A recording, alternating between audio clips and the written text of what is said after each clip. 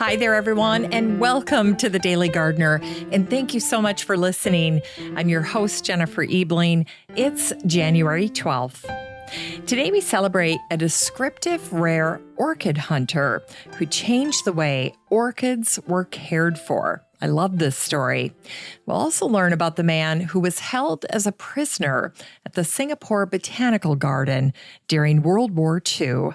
We'll hear about the stark funeral instructions left by Carl Linnaeus. And we grow that garden library today with a book about botanical fraud. It's a fascinating story. And then we'll wrap things up with the long-lost story of a man who didn't support a diet that included fruits and vegetables. But first, I'd like to take a second to tell you about the Daily Gardener Friday newsletter. Every Friday, I send out the Daily Gardener newsletter, and it shows up as an email in your inbox. The newsletter is something I put together every week, and it has some very lovely content that I put together just for you. I'd like to start out the newsletter with some personal photos and updates, a little bit about what's going on around here in my own home and garden, with the hope that it inspires you and gets you thinking about your own space and garden in new and exciting ways. Then, I like to include some garden to-dos and creative resources, as well as little reminders for the month. And I'm a shopper, so I love sharing deals that I find with listeners of the show. And if you're a fan of the show, you'll also notice some favorite aspects from the podcast to help you get through the weekend. You'll see a little botanical history, some botanical poetry, of course, and a lovely list of all the featured books from the Grow That Garden library for the week. So handy. And I like to say, if you enjoy the podcast, you're going to love the newsletter. So head on over to thedailygardener.org and sign up for the free Friday newsletter today. It's time for today's curated news. Today's article is from Garden Therapy and was written by the website's founder, Stephanie Rose. And I love the title of this article.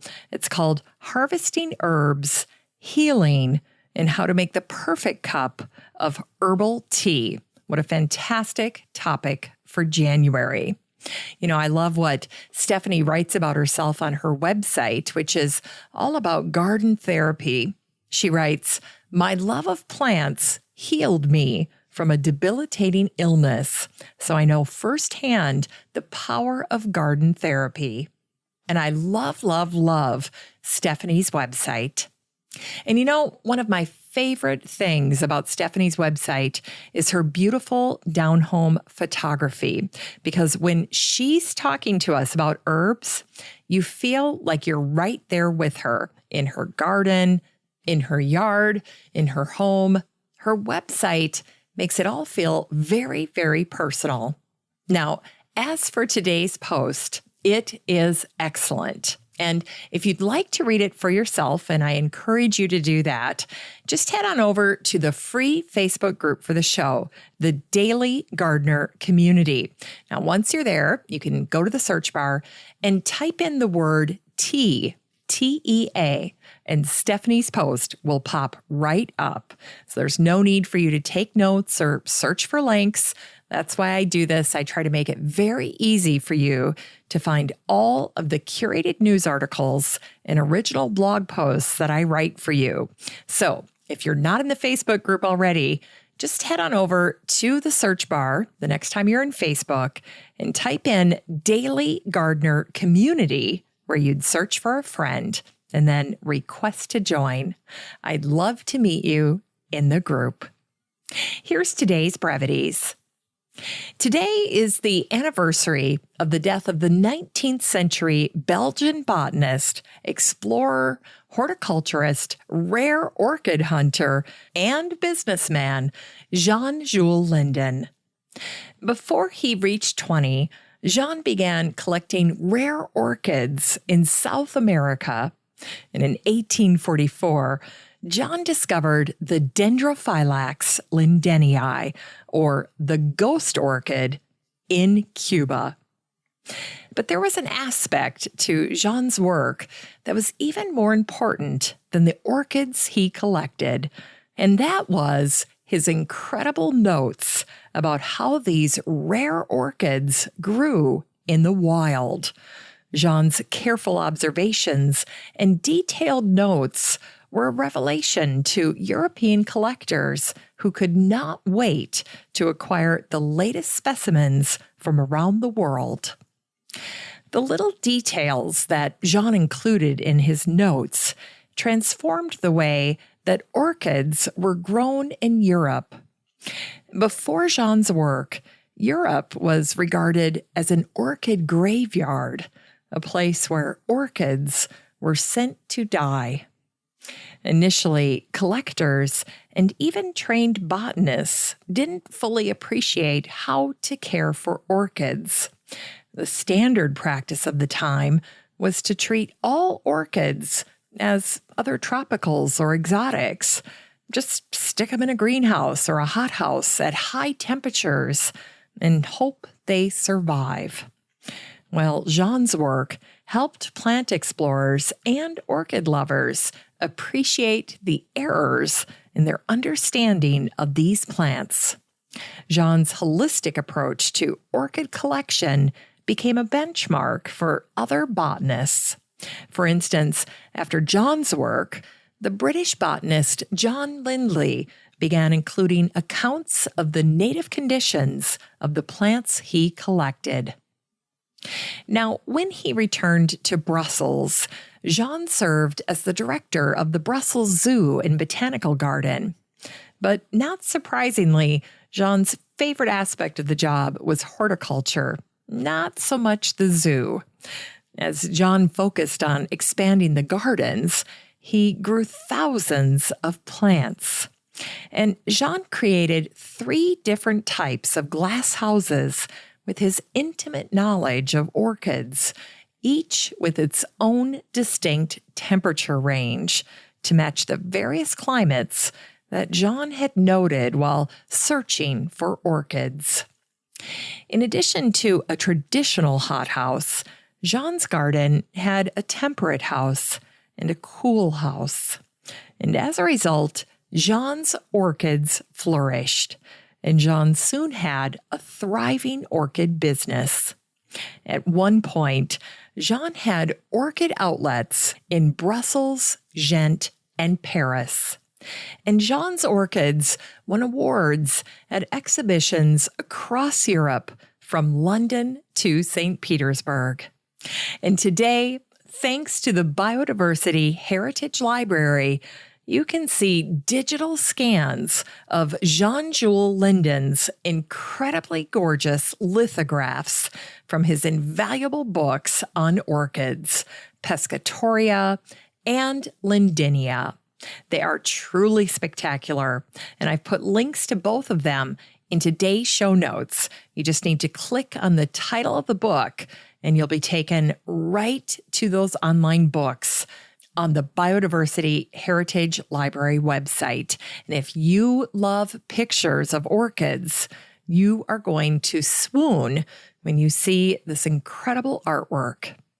Happily, Jean-Jules Linden is remembered in many plant names, including the orchids Phalaenopsis lindenii and Polyrhiza lindenii. And today is the birthday of the brilliant botanist, conservationist, and mycologist Edred John Henry Corner, who was born on this day, January 12th, in 1906. As a young boy, John developed a stutter, something he battled all of his life. And it was the main reason that he never pursued teaching or lecturing as a career. Sadly, John attributed his stutter to his parents, who he remembered as harsh and cold. Early in his career, John was mentored by the British botanist, photographer, and botanical illustrator Arthur Harry Church. A devoted archivist, Arthur advised John, note everything, draw everything, photograph everything. And so, when John was 23, he seized upon an opportunity to become a mycologist and an assistant director at the Singapore Botanical Garden. John began work in Singapore in 1929. 13 years later, during World War II, Singapore surrendered to the Japanese. Fortunately, John's wife and son, John Jr., who was nicknamed K, were evacuated. And although John was conscripted into the Singapore Army, his botanical work saved him from ever serving. It turns out that John had trained monkeys to collect specimens for him in the jungles when he went out botanizing.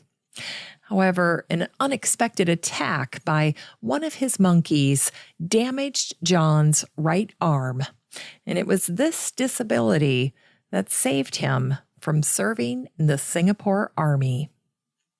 Now, before the Japanese arrived in the city, looting had already started. Anticipating the worst, John persuaded the governor to allow him to bring a note to the Japanese requesting that they spare the botanical gardens and the Raffles Museum.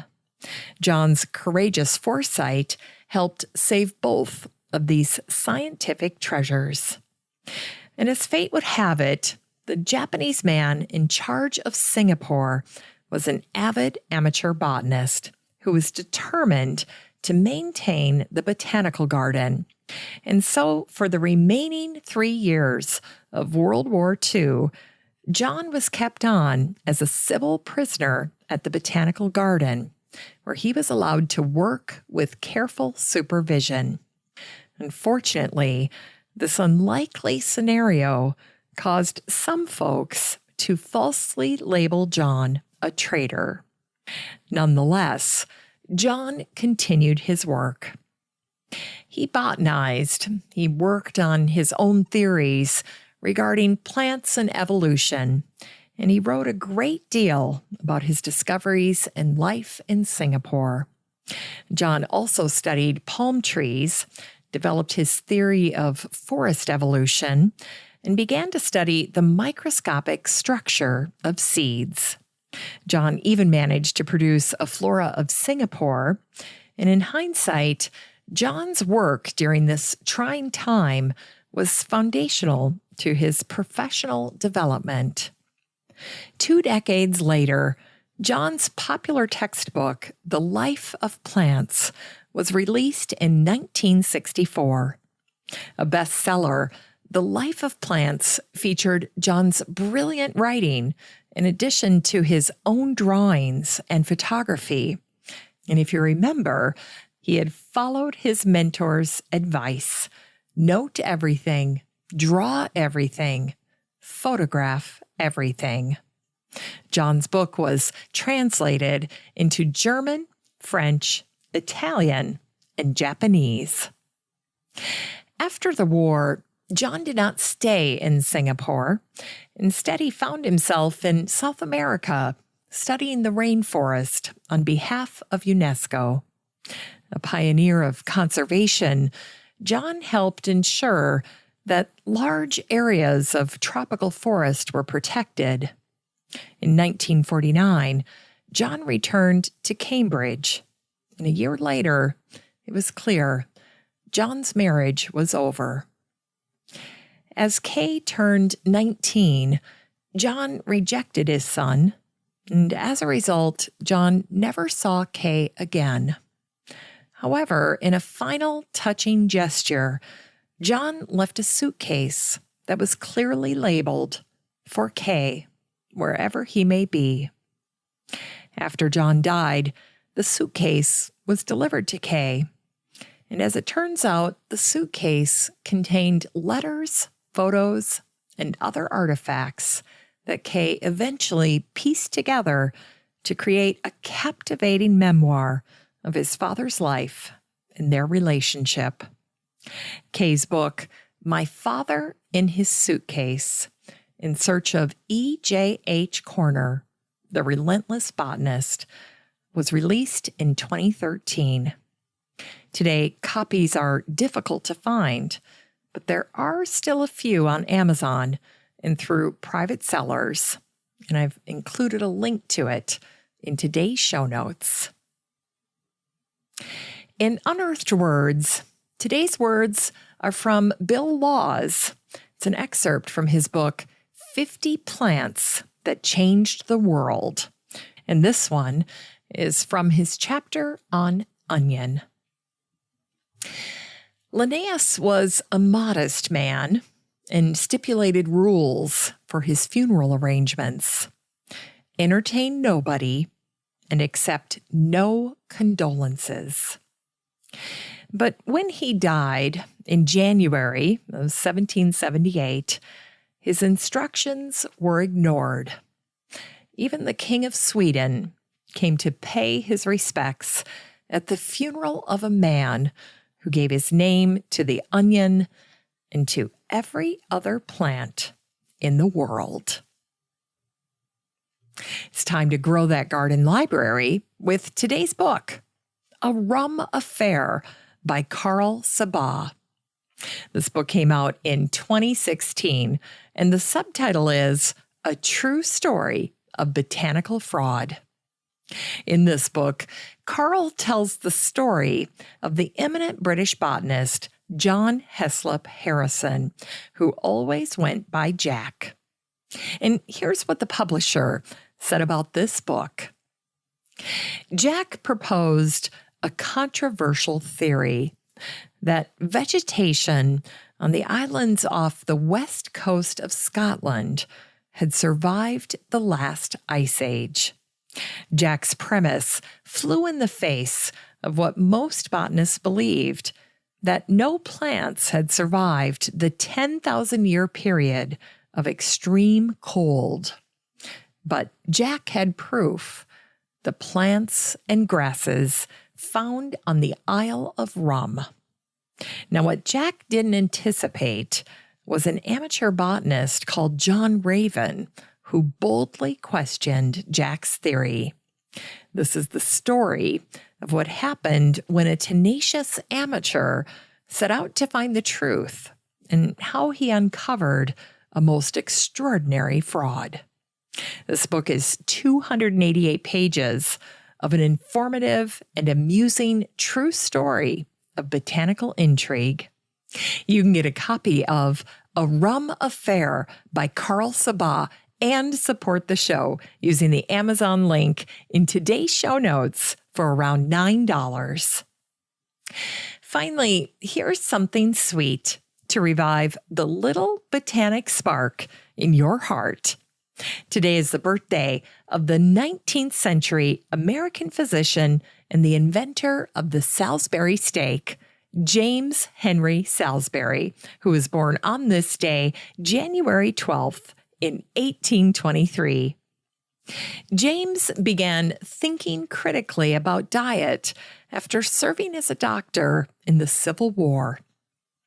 After the war, James became even more zealous about advising people to eat mostly meat. James recommended limiting vegetables, fruit, starches, and fats to only 1/3 of the diet. In 1888, James introduced his Salisbury steak, deep-fried or boiled ground beef with onion, flavored with seasoning and covered with gravy or brown sauce.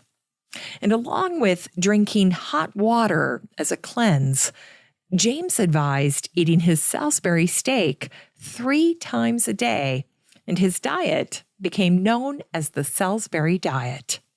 Today, with his anti-vegetable views, James is probably rolling over in his grave to see more people than ever trying their hand at gardening. And so, this spring, as you're eagerly sowing that row of radish, carrots, or peas, remember to raise a trowel to old James Salisbury and keep on planting. Thanks for listening to The Daily Gardener. And remember, for a happy, healthy life, garden every day. The Daily Gardener is produced in lovely Wyoming, Minnesota with the help of Paige Mance, Brooke Bierbaum, Kiana Rayleigh, Maddie Doyle, Natalie Decker, and Eric Begay.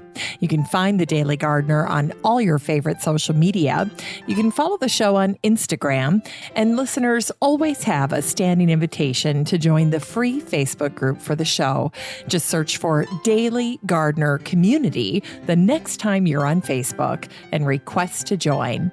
All the stories and books that are featured on the show can be found over at thedailygardener.org, thedailygardener.org. And while you're there, be sure to sign up for my free Friday newsletter.